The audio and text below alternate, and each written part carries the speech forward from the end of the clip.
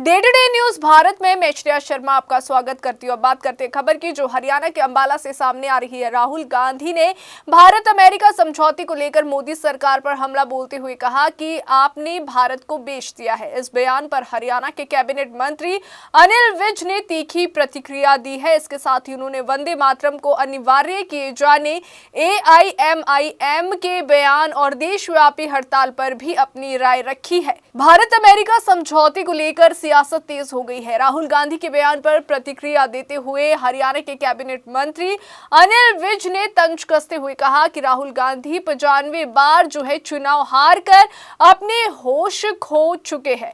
विज ने कहा कि आज भारत प्रधानमंत्री नरेंद्र मोदी के हाथों में पहले से कहीं ज्यादा सुरक्षित है। उन्होंने कांग्रेस के इतिहास का जिक्र करते हुए कहा कि पंडित नेहरू ने 40,000 वर्ग किलोमीटर जमीन चीन को दे दी थी और इंदिरा गांधी ने 90,000 पाकिस्तानी युद्धबंदियों को बिना किसी शर्त के रिहा कर दिया। विज ने कहा कि अगर चाहती तो पाकिस्तान से बदले में POK मांग सकती थी या बांग्लादेश के ऊपर की जमीन ले सकती थी, लेकिन कांग्रेस ने गलतियों पर गलतियां की और अब उनका ठीकरा दूसरों पर फोड़ना चाहती है।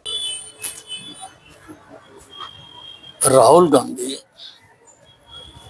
95 बार चुनाव हार के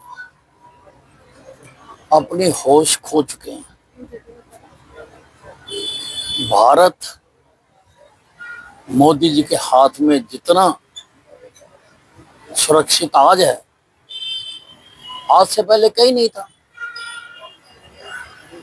राहुल गांधी को अपने परिवार का इतिहास जानना चाहिए। नेहरू जी ने 40,000 स्क्वायर किलोमीटर जगह चाइना को बेच दी थी। इंदिरा गांधी ने 90,000 POW जो हमारे पास थे वो पाकिस्तान को मुफ्त में दे दिए।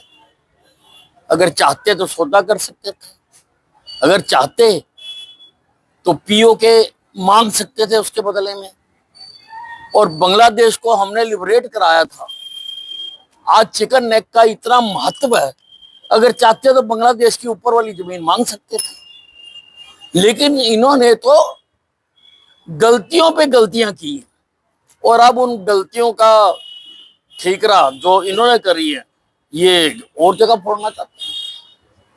वहीं केंद्र सरकार द्वारा सभी सरकारी कार्यक्रमों और स्कूलों में राष्ट्रीय गीत वंदे मातरम को अनिवार्य किए जाने के फैसले का भी अनिल विज ने स्वागत किया है। उन्होंने कहा कि वंदे मातरम वही गीत है जिसे गाते हुए स्वतंत्रता सेनानियों ने अपने प्राणों की आहुति दी। ऐसे गीत को सम्मान और मान्यता मिलनी ही चाहिए और हर सरकारी कार्यक्रम में इसे गाया जाना जरूरी होना चाहिए। बहुत अच्छा काम किया है। वंदे मातरम जिसको गाते हुए अनेकों स्वतंत्रता सेनानियों को ने अपना बलिदान दिया, उसको आज मान्यता मिली है और अनिवार्य किया गया है कि हर सरकारी कार्यक्रम में उसको गाया जाए। AIMIM नेता द्वारा वंदे मातरम को लेकर दिए गए बयान पर भी विज ने प्रतिक्रिया दी। उन्होंने कहा कि जब हमारे क्रांतिकारियों, देशभक्तों और बलिदानियों ने वंदे मातरम गाया तब क्या गलत था। विज ने यह भी कहा कि देश की किसी भी बात पर ओवैसी जैसे नेता विरोध करते हैं, लेकिन राष्ट्रभक्ति से जुड़े विषयों पर राजनीति नहीं होनी चाहिए। देखिए, देश हित की कोई भी आप बात करोगे तो ओवैसी साहब उसके ऊपर जरूर बोले। ये जब हमारे क्रांतिकारियों ने गाए, हमारे देशभक्तों ने गाए, हमारे बलिदानियों ने गाए, तो तब ये ठीक नहीं था। आज ये गलत हो गया।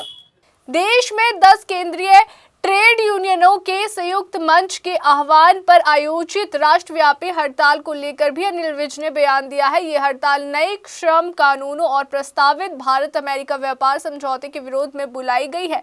विज ने कहा कि लोकतंत्र में सभी को शांतिपूर्ण तरीके से अपनी बात कहने का अधिकार है। उन्होंने कहा कि देश में सभी व्यवस्थाएं सुचारू रूप से चल रही है और किसी प्रकार की अव्यवस्था नहीं है। सबको अपनी बात कहने का, शांतिपूर्ण तरीके से कहने का हक है और आप देखो कि सभी प्रकार सब कुछ ठीक ठाक चल रहा है। अंबाला से हमारे संवाददाता राघव विज की रिपोर्ट। अभी के लिए फिलहाल इतना ही। आपको बता दें कि फिल्म में हमारा कोई भी रिपोर्टर किसी से किसी भी प्रकार का उपहार या विज्ञापन स्वीकार नहीं करता है, ना ही किसी को ब्लैकमेल करता है। हम समाज में दबे कुचले लोगों की आवाज बनते आए हैं और आगे भी बनेंगे। साथ ही हम ऐसी कोई खबर नहीं दिखा रहे जिससे पाखंड फैले और भोली भाली जनता मूर्ख बने। देश और दुनिया की ताजा खबरें जानने के लिए देखते रहिए day to day news Bharat और हमारे चैनल को लाइक, शेयर और सब्सक्राइब करना ना भूलें।